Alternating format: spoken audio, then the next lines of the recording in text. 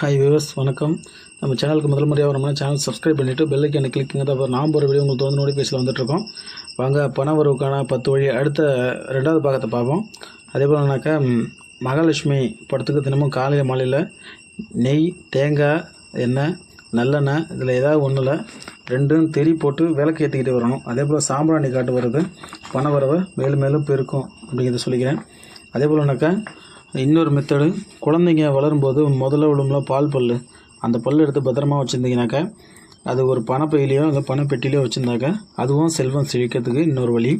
அதே போலனாக்கா வீட்டில் வடகிழக்கு மூலையில் தண்ணி வச்சு பாருங்கள், அதில் எலுமிச்சை பழம் ஒன்றை போட்டு வச்சுட்டு விடாமல் தொடர்ந்து 2 மாதம் வரையும் இது மாதிரி பண்ணி வந்துட்டு இருந்தீங்கன்னா பணப்பற்றாக்குறை நீங்கும், செல்வம் கொழிக்கும். இதுக்கு இன்னொரு மெத்தடு.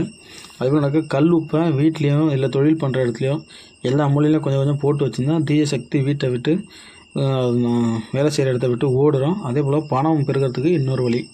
அதே போலனாக்கா பணம் வைக்கும்போது சந்தன பெட்டியாக இருந்தாக்கா அதிர்ஷ்டம் பெருகும். வசதி இல்லைனா பச்சை நிற பட்டு துணியில் பணப்பை செஞ்சு அதை உள்ள சில சந்தனக்கட்டை போட்டு வச்சு அந்த சந்தனம் இருக்கிறது மேல்மேலும் பணம் வளர்கிறதுக்கான வழியை செய்யும். அடுத்ததுனாக்கா வருமானத்தில் 5% தானத்திற்கு போட்டுட்டு வருஷத்தில் எதனா ஒரு நாள் அதை தானமாக கொடுத்தா அதுவும் பணம் பெருகும். அதுவும் தெய்வ காரியத்துக்கு இல்லை அன்னதானத்துக்கு மட்டும் இதை பண்ணுங்கள். அதே போலனாக்கா ஒரு முக்கியமான விஷயமாக வெளியில் எங்கன்னா போகிற மாதிரினாக்கா அருகம்புல்லை எடுத்து பையில் வச்சுக்கிட்டு போங்க. இதுவும் போகிற காரியத்தை சிறப்பாக வெற்றிகரமாக நல்லபடியாக நடத்தி கொடுக்கும். அதே போல் சர்வ வசியமை இப்படி தயாரிக்கிறது, பண வசியமை தயாரிக்கிறதுங்கிறத நான் உங்களுக்கு அடுத்த பதிவில் சொல்கிறேன்.